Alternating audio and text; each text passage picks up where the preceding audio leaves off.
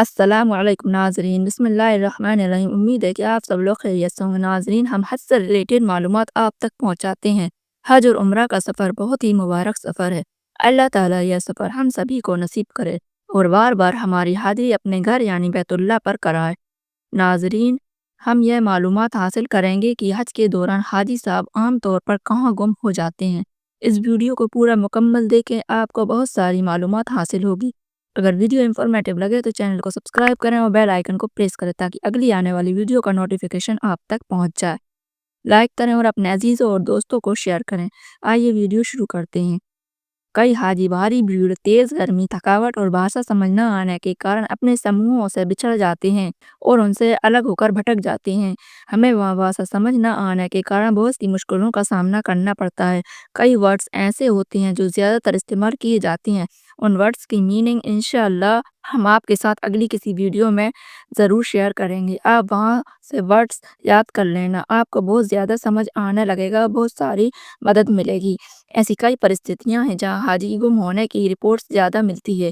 آئیے انہیں سمجھتے ہیں۔ نمبر 1، مسجد الحرم میں سب سے عام استان جہاں حاجی گم ہو جاتے ہیں۔ مسجد کے کئی دروازے ہیں، سبھی کے نام الگ الگ ہیں، اس لیے جس بھی دروازے سے انٹر ہوں اندر جائیں، اس دروازے کی فوٹو اپنے موبائل سے نکال لیں، کیونکہ واپسی میں اسی دروازے سے باہر نکلیں گے تو پھر آپ کو پریشانی نہیں ہوگی۔ جیسے گیٹ کے کچھ نام ہیں، اگزامپل کے لیے میں آپ کو بتاتی ہوں۔ نمبر 1، کنگ عبداللہ عزیز، کنگ عبداللہ، باب الفتح، باب السلام، اسی پرکار کے بہت سے گیٹ ہیں اور ان کے اس طرح کے نام ہیں۔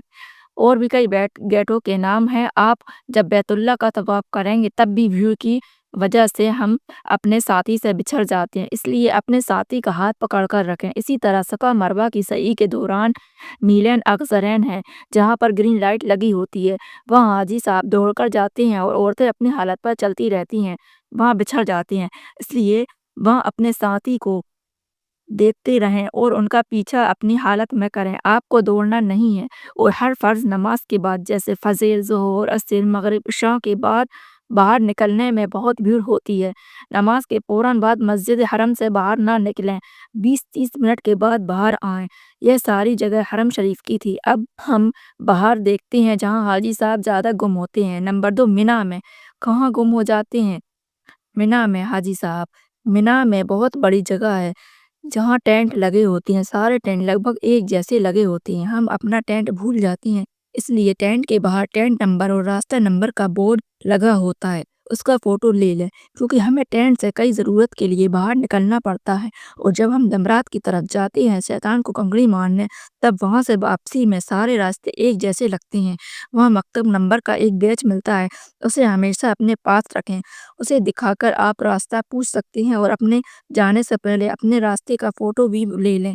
کنکڑی مارنے بس یا میٹرو سے بھی جاتے ہیں، وہاں بھی بہت زیادہ بھیڑ ہوتی ہے، وہاں اپنے ساتھی کا ہاتھ بالکل نہ چھوڑیں۔ جب آپ جمرات پہنچ جائیں وہاں سے واپسی میں نکلنے کی جگہ بھٹک جاتے ہیں، اس لیے وہاں کسی سے پوچھ کر ہی مینا کا راستہ، میٹرو کا سے گئے ہیں تو میٹرو کا راستہ سب وہاں سے پتہ کر کر ہی وہاں سے نکلیں، ورنہ بہت چلنا پڑتا ہے، چلتے چلتے حالت خستہ ہو جاتی ہے۔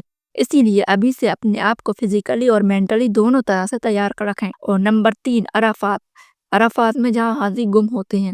عرفات میں بھی ٹینٹ لگے ہوتے ہیں، لگ بھگ سبھی ٹینٹ ایک جیسے ہوتے ہیں۔ عرفات کا دن دعاؤں کی قبولیت کا دن ہوتا ہے۔ اس دن حاجی صاحب اپنے اپنے ٹینٹوں سے باہر نکل کر دعا مانگتے ہیں یا پھر اپنی حاجت سے باہر نکلتے ہیں تب بھی گم ہو جاتے ہیں۔ وہاں بھی اپنے ٹینٹ پر کوئی نشانی بنا لیں تاکہ آپ جب واپس آئیں تو بھٹک نہ جائیں، نشانی سے پتہ چل جائے کہ آپ کا ٹینٹ کون سا ہے۔ مکتب نمبر کا ایک گارڈ ہوتا ہے جو آپ کو عرفات سے باہر نکلنے میں گائیڈ کرے گا، اسی کے پیچھے پیچھے چلتے جائیں، اسے نہ چھوڑیں اور ساتھی کا ہاتھ بھی نہ چھوڑیں۔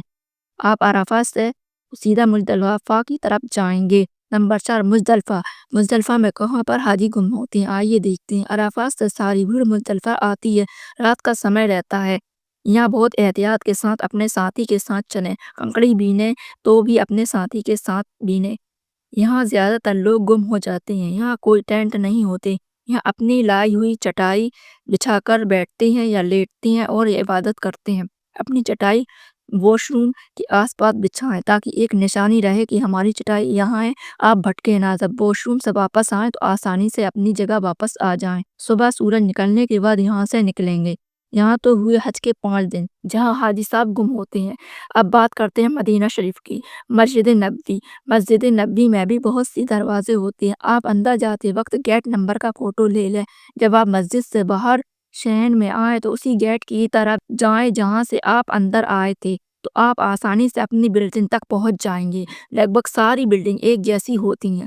آپ بلڈنگ کا ایک کارڈ اپنے ساتھ رکھیں اور بلڈنگ کے نام کا فوٹو بھی نکال لیں۔ جب آپ مسجد نبوی کے اندر روزہ اطہر پر جائیں گے سلام پیش کرنے کے لیے، وہاں بھی بہت بھیڑ ہوتی ہے۔ وہاں بھی احتیاط سے کام لیں کیونکہ لگ بھگ ساری جگہ ایک سی ہوتی ہے۔